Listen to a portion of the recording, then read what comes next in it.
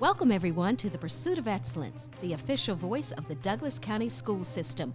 I am your host, Portia Lake, Douglas County School System's Director of Public Information. Today, we are sharing information with you about the International Baccalaureate Program at Douglas County High School.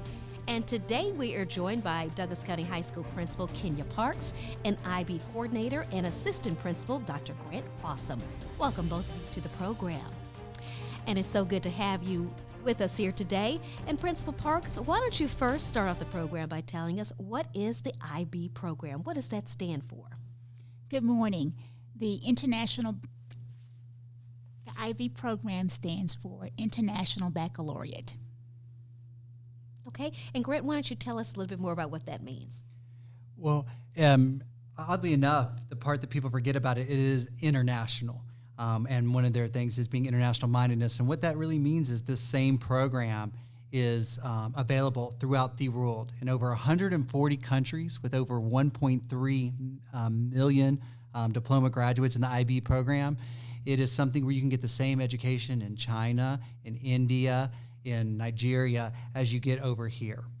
It is a challenging and rigorous program that is meant to be also balanced for students. Okay, and the IB program is housed at Douglas County High School, Principal Parks. Now tell us some of the facilities and the resources that you have there at Douglas County High School. You've got a beautiful campus there. We do. We have over 6 buildings that will house our inquiry and our development and study for students. It is, I like to liken the school to saying it is a replica of what America looks like. Children who are part of our school community are some of the most diverse backgrounds in the nation. And so we're pleased to be able to offer something for everyone to capture the entire high school experience with an international flair. All right, that sounds wonderful. Okay, and Grant, why don't you tell us, what about the instructors? Tell us about the people who make up the staff who are working with the IB students. Absolutely. Well, one of the things we're really proud of is the majority of our instructors were instructors in the Douglas County School System first, and that's where we found them because they did such a great job in our system and such a love for our system, and then they were able to transition in to be a IB diploma teacher. One of the things that's really unique about our IB teachers is they have to go through another certification. So they have to be certified by the state, but then they have to go to a special training. And they have to, by the International Baccalaureate Organization, which we call IBO, and they have to say, yes, we think you can train, we think you can teach this class effectively. And then from there, when they give certain assessments, the International Baccalaureate Organization will actually moderate that to say, you're teaching this right, you know how to assess. It's just another layer that gives families confidence of our instructors. But one of the things that I'm most proud about, they're a cohort.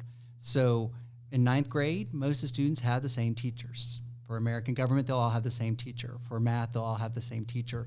And what that means is when we go through something like the pandemic we've been through in this past couple of years, they can adjust quickly. They have horizontal team meetings in which they adjust. Are we going too fast? Are you on a difficult unit? Maybe I can switch this unit up. So they work together as a team to ensure student success. And why do students need IB? What's the history of IB? What's the history behind it? IB started out in the 60s. It was really just for children of diplomats who were overseas, and they weren't getting a consistent education because they were moving all the time. So it started there, and it's really just blossomed into they wanted something that no matter what country you're in, it's the exact same format, it's the exact same look. And so, and it wasn't just, it is rigorous, but it's so important to say it's so much more than that. It's balanced, meaning students in the IB program will have to do all the subjects. They can't just go higher in math. They also have to do their science and their social studies. Foreign language is a big part of it. It also requires service, which I think in this day and age is really important. The IB program, its tenet is that they create service. They can't get the IB diploma without doing it. We just had a student featured because they got to go wash the Georgia Tech Ramblin' Wreck. And we've had hospital volunteers, reading literacy volunteers, mentoring young students, Keep Douglasville Beautiful, where they're part of the school. And that's part of the program as well. So yes, we want you to do great academically, but that also means being a good citizen of the world. And that means they're also serving not just the world, but they're also serving Douglas County as well. Yes, absolutely. I think it goes hand in hand. their love for the program then translates to thank you to Douglasville and thank you to Douglas County Board of Education for supporting the program. We have several come back to speak to our students. We've had some get involved locally, quite a few students. They definitely do while they're here. We've had so many come back, which is, of course, what you want, right, is for them to come back to Douglas County and continue to pour in, and we're really proud of that. Okay. And Principal Parks, I know the IB program is extremely popular at Douglas County High School. Why do you think it's so popular? I think the magic to being an IB student simply means, which is what Dr. Fossum just said, service and commitment to the school community. Every week I am getting emails from students in the IB program asking, can we start a club?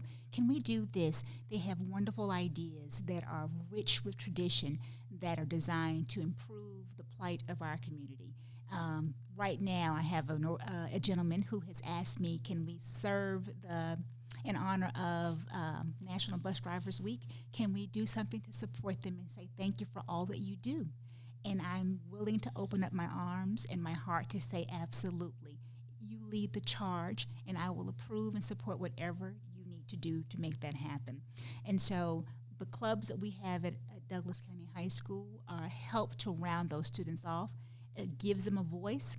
It allows them a platform to be able to say, we need this, they solve problems, and they work together to support that effort. So that's an impressive cadre of experiences kids can experience when they graduate high school from Douglas County. And Dr. Fossum, I know you mentioned some of those projects that they've done, not just locally, but within the Atlanta area and the statewide area. Now, is there a community service portion of the program as well? Is that required? It is a requirement. They call it CAS. It's for Community Action and Service, and it requires them to reflect, to go and try things that are a little bit out of their comfort zone. Action can be a sport. It's to show that well-roundedness, that you can't just be in a book all day long. You've then got to translate that. And so it is really effective. They do a journal. We have to submit that along with everything else we submit to the International Baccalaureate Organization for the diploma. We have to, at the end of the day, have to show that. They have to show it. We have a person in charge of CAS that signs off on it, then I personally had to sign off on it, and then Ms. Parks then looks off and says, yes, I believe these students did it and understood. That's how important that they believe that is. And let's talk a little bit more about the diploma and the exam process. What's entailed in that? So that is a great question. With the diploma, they will take 6 subjects. They get to choose their 6th one. They take assessments in all of those. One of the things that's so unique and amazing about International Baccalaureate is for each of those classes, part of that assessment is going to be either an essay that they do at home or it's an oral interpretation. It's not just a written test. It's between 20 to 40% is true, authentic assessment, which you don't see in a lot of other higher level programs. For instance, in foreign language, they have to do a 10-minute conversation in that foreign language where they answer questions. For their literature class, they have to come in with all these books they've read and get a cold question.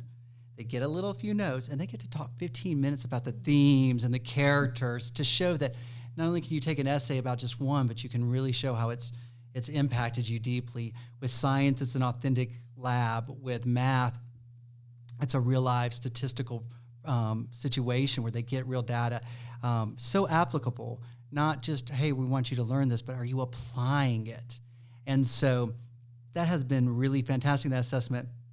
They then get those 6, and all those with the CAS and everything else, they have to write this huge essay, which they're always scared about, but we are so there to help them through the process. They do amazing. And at the end, they take these exams, and we have last year, 87% of our students received the IB diploma, which is fantastic. It's one of our highest ever, and we were able to do that even through the pandemic. And a lot of that is because they have those multiple assessments for their strengths, and of course, how we break things down. And that's why it's such a meaningful degree, because every college out there knows those students had to do that. Everyone in the world knows they had to do that. And just one short story to end, at Oxford University in England and several in other places in the world, it's a contract for acceptance with IB, which I think is a nice, really unique thing. We haven't really done it in the United States, but they'll say, you are accepted to Oxford if you get these scores and get your IB diploma. And which is very different than students saying, I think I did everything, but I'm not exactly sure what this university was looking for. I don't understand why they took someone else. They really get those acceptances, and it gives them something specific to work for. And before I ask you, Principal Parks, who you think is the right candidates for the IB program, I'd like to first specifically ask you what type of rigor is involved with this IB program. What should students expect on a daily or a weekly basis with the IB program? Yes, absolutely. And Ms. Parks and I speak about this all the time because we want it accessible. So yes, it is rigorous, but that doesn't just mean your top straight A student in middle school that always had A's and has never struggled. And yes, we do have a program that will challenge them as well and let them take that higher. And we love having those students, and we are going to continue to challenge them. But we also have the students who are a typical AB student, but they're willing to put in the work. They have goals. They want to meet those goals. They like the fact that the IB is structured to help them get there. And we have found those type of students to be extremely successful in the IB program and get there and do well afterwards as well. Okay. Now, of course, it involves a lot of hard work and studying. Is it a lot of critical thinking that's involved in this program? So everything about IB is not just being able to say the facts that were told to you. How do you apply those? For instance, in geography, they're doing a whole project on gentrification. And so they're actually going into Atlanta to look at one of the highest places of gentrification. And then they have to be able to discuss it on the terms they give. There's a lot of writing involved with the IB, but not as in time as all these 10,000 word essays, but succinct writing. Can you get your point across? I think IB, which is what we want to do in our careers, right? And it's what colleges are focused on now. Don't just give me facts. Can you apply these facts? Can you communicate this information to someone else? We've seen this with the pandemic. You can have the facts, but you need to be able to communicate those facts where other people can understand them. And so that's really what is so special about that. Mm-hmm. And Principal Parks, who do you think would be an ideal fit for this program? I think the ideal candidate for the IB program is someone who's community and civic minded, a student who likes to engage in critical thinking and highly analytical, someone who has self-efficacy, someone who understands perseverance and being able to push through when things get to be difficult, students who have a resilient spirit, students who understand the importance of problem solving and with a real wide world view. Kids who can work in teams together cooperatively, and those who understand the beauty of diversity, which makes our world very rich. And this IB program is very robust, Principal Parks. Why do you think successfully completing this program would make them an ideal candidate for college? Why do you think it prepares them very well? Well, that's an easy one, because once students are able to matriculate through the International Baccalaureate program, they are ready for the entire world. Whatever's waiting on them on the next stage, they've already done it. They're prepared, more so. When you think about the type of writing they have to engage in, that's what people do at the end of their college careers. People who are even pursuing graduate degrees, this work might look like that. Think about someone in law school, the Socratic method. These kids could do the exact same thing on the same stage. So they're more than prepared to face the next level of college level work. And they're able to compete in the nation in the most rigorous course of study available. So that's from your Harvard to your Emory to your Yale to your Princeton to your MIT to your Caltech. Everything is available to them once they've completed our program. We're the best, in this part of the country, and we're happy to tout that. And now it's time to start talking about admission and deadlines and what people need to do once they decide that, hey, I'm a right fit for this program. What do we need to do to see if we're eligible for this program? First of all, Grant, what do we need to do? Just Dr. fill out Fossum. the application. We will help you through that. We invite anyone who is interested and feels they would be a good fit to go ahead and fill out that application. That must be submitted by December 13th. That is true for all of our magnet programs here in Douglas County School System. On October 28th at 6:30, we will be having an information system for any parents, families, students who are interested. And we encourage, even if you're 6th or 7th grade and just want to start learning about it, we will have a virtual and a in-person option that night at 6:30, October 28th, for whichever people prefer to attend. And then all notifications go out by February 2nd. And then on February 11th, that is when all students have to make their final selection of which magnet program they're attending. So what factors are taken into considerations when they submit their application process, Dr. Foss? That is a great question as well. We first get all their school records, their grades, their absences. We also get teacher recommendations from 4 of their core teachers, and we send that out to the teachers and get those for them.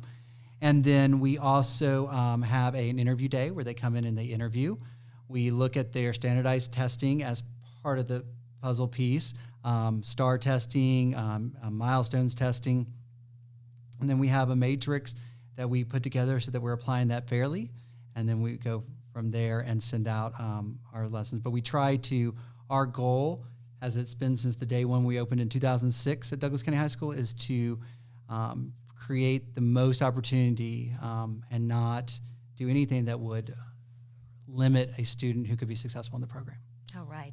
This is an exciting program. We want to make sure people remember the most exciting, the most important deadline, Dr. Fossum, which is December 13th. Is Yes, that we correct? have to have that application in by December 13th. Everything else. That's the most critical deadline, Yes, ma'am. December 13th. Now, for more information about the IB program, they could go to your website. And why don't you share that with us? Our website is dchs.dcssga.org, and in there you'll see a thing in the right-hand corner that says Magnet Program. We have so much great information up there for that.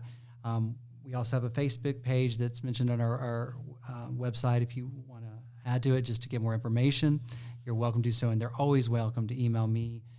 We're more than willing to brag about our program, talk about our program, answer questions parents may have about our program. Okay, and before we close out the show, I am going to let Principal Parks tell us about the excellent leadership team, the principals that you're the principal. Tell us a little bit more about the assistant principals, if you can name their names so that we can go ahead and make sure that our listeners know that they have plenty of support there at Douglas County High School. Well, absolutely. I'm Kenya Parks, obviously, and to my left is Dr. Grant Fossum. Dr. Fossum was a teacher at Douglas County High School beginning in 2011, and he was able to seek a leadership opportunity. He's an assistant principal. He also serves as the IB coordinator, which is an outstanding way to make sure that we are honoring the tenets of the program, that we have our mission and vision statement updated to make sure that we're ready for the accreditation that happens, I think, every 7 years for the IB program. And so we're ready for that and excited about the feedback that we were able to get, I think, 2 years ago with the program. So we're happy there. The other assistant principal is Mr. James Richards. He's our athletic director. And then Mr. Jaquan Carter, Amanda Burrows, and Dr. Kevin Jefferson. That's right. You got a very strong leadership team in place there. Yes. Very strong leadership program and administrators there at Douglas County High School. So again, everybody, that deadline, the most critical deadline, is December 13th. And for our guest today, I am Portia Lake, and we were joined today by Douglas County High School Principal Kenya Parks and IB Coordinator and Assistant Principal Dr. Grant Fossum. Thank you so much for joining us today for Pursuit of Excellence. For more information, be sure to join us on our website, dcssga.org. Thank you very much.